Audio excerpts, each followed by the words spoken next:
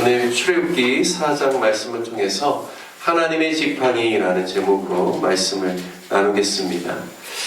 모세가 80세에 하나님의 부르심을 받았을 때 우리가 오늘 4장 읽었지만 3장 1절 말씀을 보면 그의 장인 미디안 제사장 이드로의 양떼를 칠 때 그가 하나님을 만납니다. 호렙산에서 하나님이 떨기나무 가운데 불을 붙여 놓은 상태에서 모세와 만나지요.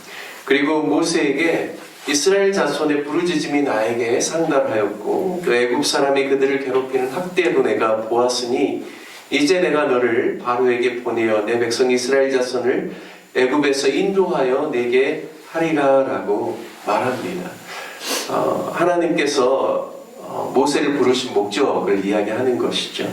하지만 모세가 거절합니다. 1차 거절인데요. 내가 누구에게 바로에게 가며 이스라엘 자손을 애굽에서 인도하여 내리까 하라고 이야기합니다. 40세의 그 당당하던 모세의 모습이 아니라 이제 80세가 되었을 때 자신은 너무나 초라하게 느껴질 만큼 광야에서 목자로서 그리고 자신의 양이 아닌 자신의 장인의 이드로의 양떼를 돌보는 그러한 신세가 되었기에 내가 누구에게 내가 바로에게 갑니까? 라고 하나님께 모세가 그렇게 거절하면서 이야기하는 것입니다. 이때 하나님의 약속은 내가 반드시 너와 함께 하시겠다라고 약속하지요. 그리고 또 하나님 계속해서 모세를 설득하고 모세는 여러 번 거절하는 내용이 나옵니다. 3장 13절에 보면 2차 거절이 나오는데요. 내가 이스라엘 자손들에게 가서 너희 조상의 하나님이 나를 너에게 보내셨다 하면 그들이 내게 묻기를 그의 이름이 무엇이냐 하리니 내가 무엇이라고 그들에게 말하리까. 이것은 뭔가 내가 이렇게 하면 그들이 이렇게 질문할 터인데 어떻게 대답합니까? 이렇게 그냥 긍정적인 차원에서의 질문이라기보다는 내가 하나님을 만났다라고 그들의 조상의 하나님이라고 할지라도 그들이 아마 안 믿을 겁니다. 이런 의미가 내포되어 있는 것이죠. 3차 거절은 오늘 본문에 나온 4장 1절에 나옵니다. 모세가 대답하여 이르되 그러나 그들이 나를 믿지 아니하며 내 말을 듣지 아니하고 이르기를 여호와께서 너에게 나타나지 아니하셨다 하리이다. 그러니까 내가 너희의 이스라엘의 조상의 하나님을 내가 만났다라고 이렇게 이제 스스로 존재하시는 하나님에 대해서 내가 그들에게 하나님의 이름을 이야기하고 내가 만난 하나님에 대해서 이야기할지라도 그들이 내 말을 듣지 않을 것 같다라고 하나님께 저는 아닌 것 같다라는 이야기를 이렇게 하는 것이죠. 하나님이 더 이상 모세를 이제 말로 설득하지 않고요. 여기서부터는 이제 4장 우리가 읽은 내용에 보면 기적을 보여주십니다. 모세가 잡고 있는 지팡이, 이것은 목자로서 늘 자신이 휴대하는 지팡이죠. 특별히 목자가 쥐고 있는 이 지팡이는 여러 가지 용도로 쓰입니다. 첫 번째는 자신이 이렇게 의지할 수 있는 자신의 힘을 여기다 이렇게 딱 좀 둘 수 있는 그러한 일반적인 지팡이의 기능으로도 쓰고요. 또 목자가 양을 케어할 때 양이 넘어지면 또 끝이 이렇게 구부러져 있는 부분을 통하여서 양을 일으켜 세울 때도 지팡이를 사용합니다. 그리고 또 맹수라든지 악한 짐승이 양을 공격하려고 할 때 이걸 가지고 또 공격용 또 무기로 휘두를 때도 바로 이 지팡이를 사용하죠. 이 하나님께서 그 지팡이를 땅에 던지라라고 합니다. 던졌더니 그것이 뱀이 됩니다. 그리고 하나님께서는 그 뱀의 꼬리를 잡으라고 하죠. 그리고 모세가 그 꼬리를 잡으니 그의 손에 지팡이가 됩니다. 일반적으로 뱀을 잡을 때요, 꼬리를 잡으면 안 됩니다. 왜냐하면 뱀의 이렇게 유연함 가운데서 꼬리를 잡으면 몸을 풀어서 물 수가 있거든요. 그래서 뱀을 잡을 때는 반드시 머리 부분을 딱 눌러야 됩니다. 그런데 오늘 하나님께서는 뱀의 꼬리를 잡으라고 하죠. 이것은 어떤 의미일까요?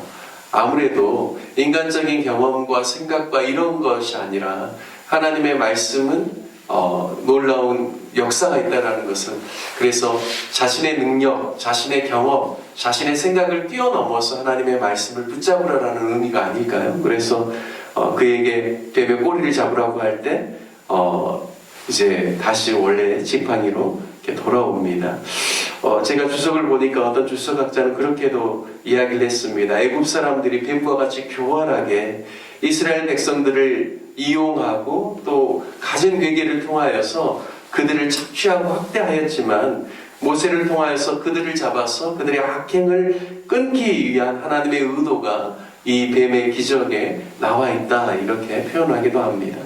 그리고 이제 또 다른 표적을 보이죠. 이번에는 내 손을 폼에 넣으라고 하십니다. 손을 폼에 넣었다가 내어보니 나병이 생겨서 눈과 같이 휘어졌습니다. 그리고 다시 폼에 넣었더니 본래의 살로 회복되었습니다. 애굽에서 이스라엘 백성들이 당하는 그 학대, 나병과 같이 육체의 허물이 벗겨지고 살이 상하여져서 고난 중에 있는 그들을 하나님께서 더 이상 내버려 두지 아니하시고 내가 그들을 회복시키겠다는 의미가 아마 그 내용 안에는 들어있는 것 같습니다. 그리고 이제 세 번째 표적에 대해서 이야기하죠. 나일강물을 조금 떠다가 땅에 부으라. 내가 또 나일강물이 땅에서 피가 되리라고 말씀합니다. 나일강은 애굽 사람들에게 있어서는 생명의 젖줄과 같습니다. 그래서 정말 모든 풍요함과 풍성함을 가져다주는 가장 중요한 기반이 나일에 있는 강이죠. 바로 그런데 그 물이 피가 되어서 더 이상 마시지 못하게 함으로 말미암아 그 물에서 사는 모든 생물이 죽을 수밖에 없는 바로 그러한 재앙을 하나님께서 주신다라는 것이죠. 이것은 그들이 의지하고 그들이 신으로 여겼던 그 모든 것이 결국에는 애굽을 망하게 할 것이다라는 것으로 하나님께서 이 나일 강물을 피로 변하게 하시는 그러한 기적에 대해서 하나님께서 미리 예고해 주시는 것입니다. 하나님께서 이러한 기적을 보여주셨음에도 불구하고 10절 말씀에 보면 모세가 네 번째로 거절합니다. 모세가 여호와께 아뢰되 오 주여 나는 본래 말을 잘하지 못하는 자이니 주께서 주의 종에게 명령하신 후에도 역시 그리하니 나는 입이 뻣뻣하고 혀가 둔한 자이니라. 모세는 계속해서 어떻게 해서든지 안 가려고 하는 것 같아요. 하나님 저는 아닙니다. 말도 잘 못해요. 이렇게 또 변명하죠. 하지만 하나님은 결코 포기하지 않습니다. 사람의 입을 누가 지었냐? 나 여호와가 아니냐?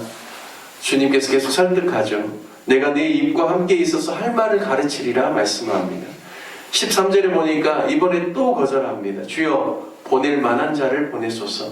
14절에는 하나님께서 이제는 노를 향하시게 여기 노하셨다라고 나옵니다. 그러면서 레위 사람 내 형 아론이 있지 아니하냐? 그가 말 잘하는 것을 내가 아는데 내가 내 형을 붙여 주겠다라고 말씀합니다. 그리고 17절에 보니까 너는 이 지팡이를 손에 잡고 이것으로 이적을 행할지니 라고 하십니다. 하나님께서 5번의 그러한 거절이 있음에도 불구하고 계속해서 모세를 설득하면서 모세로 하여금 하나님께서 맡겨주신 그 사명의 자리로 나아가서 그리고 애굽 사람들로부터 이스라엘 백성들을 이제 하나님이 약속하셨던 땅으로 이끌어낼 수 있도록 모세에게 그 사명을 감당할 수 있도록 계속해서 설득하고 있습니다. 그리고 20절에 보니까요, 모세가 드디어 하나님의 말씀에 순종하여 그의 아내와 아들들을 나귀에 태우고 애굽으로 돌아가는 그런 모습을 보여주고 있습니다. 그런데요, 여기 좀 특별한 표현이 있는데요, 하나님의 지팡이를 그 손에 들었다라고 말씀합니다. 여러분, 이 지팡이가 지금 새로운 지팡이인가요? 아닙니다. 뱀의 기적을 보였을 때 그가 잡고 있었던 그냥 목자로서 들고 있었던 그 지팡이입니다. 그런데요, 그 지팡이가 이제 그가 하나님 앞에서 순종함으로 애굽으로 돌아갈 때 이제 그 지팡이는 더 이상 모세가 쥐었던 지팡이가 아니라 하나님의 지팡이가 되었다라고 말씀하는 것입니다. 저는 이 부분이 참 인상이 깊습니다. 변한 것은 없습니다. 지팡이의 존재는 그대로 있지만 이것이 누구의 말씀에 의해서 사용되는가, 누구의 손에 들려지는가에 따라서 그게 전혀 다른 능력을 나타내는 지팡이가 된다는 것이죠. 우리가 이 땅에 살아가면서도 우리가 가지고 있는 재능과 은사가 있습니다. 하지만 그것이 그냥 내 능력과 내 그 모든 은사들이 그냥 나의 목적과 내 경험과 나의 한계 안에 머물러 있을 때는 그냥 평범한 은사와 달란트에 불과할 수 있지만 이것이 하나님의 목적, 하나님의 뜻에 의해서 순종되어질 때 내가 가지고 있었던 그런 은사와 달란트는 정말 그냥 나의 능력치 안에 머물러 있는 것이 아니라 나의 능력치를 벗어나서 하나님의 능력의 손에 이것이 사용되어져서 하나님의 능력이 나타나는 통로가 된다는 사실을 오늘 저와 여러분이 깨달았으면 좋겠습니다. 그래서 우리가 이 땅을 살아갈 때 우리가 가진 모든 힘과 능력과 우리 모든 달란트가 그냥 나의 경험치 안에 머물러 있지 아니하고 이게 주님의 손에 들려져서 하나님의 나라의 확장을 위하여서 하나님의 구원을 위해서 쓰여질 수 있도록 하나님, 그래서 나의 모든 것이 마치 모세의 지팡이가 하나님의 지팡이가 된 것처럼 나의 은사와 능력이 하나님의 능력과 은사가 될 수 있도록 축복해 주시고 하나님 사용해 주시도록 그렇게 오늘 아침에 고백하고 기도하는 그런 시간이 되었으면 좋겠습니다. 우리 모두가 모세가 하나님에게 결국 항복하고 하나님의 뜻에 순종함으로 발을 내딛어 그가 가진 지팡이가 하나님의 지팡이가 된 것처럼 저와 여러분도 주님께 순종하여 하나님께 쓰임받는 능력의 도구가 되시기를 주님의 이름으로 축복합니다. 함께 같이 말씀 적용하며 기도하기를 원합니다. 하나님의 부르심 앞에 거절하지 않고 우리도 순종함으로 믿음의 삶을 살고 또 내가 가진 은사와 재능이 하나님의 역사를 나타내는 도구가 되어 수많은 사람들을 하나님께로 이끌 수 있는 삶을 살게 해달라고 오늘 말씀 적용하며 기도하기를 원합니다. 교회를 위해서 기도할 때는 특별히 우리 교회 주변에 있는 가난하고 소외된 주민들 또 외국인들을 위하여서 우리 교회가 그들에게 다가갈 수 있도록 선교의 사역이 일어날 수 있도록 그리고 많은 이 지역 주민들이 주님 앞에 돌아오고 우리 로뎀나무 교회에서 함께 신앙생활할 수 있는 귀한 은혜를 주시도록 함께 같이 교회를 위해서 기도해 주시고요. 또 환우들을 위해서 기도해 주시고 또 우리가 협력하는 선교사님들을 위해서 기도해 주시길 바랍니다.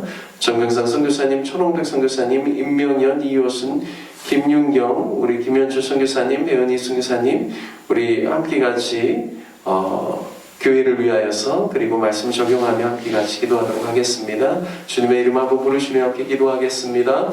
주여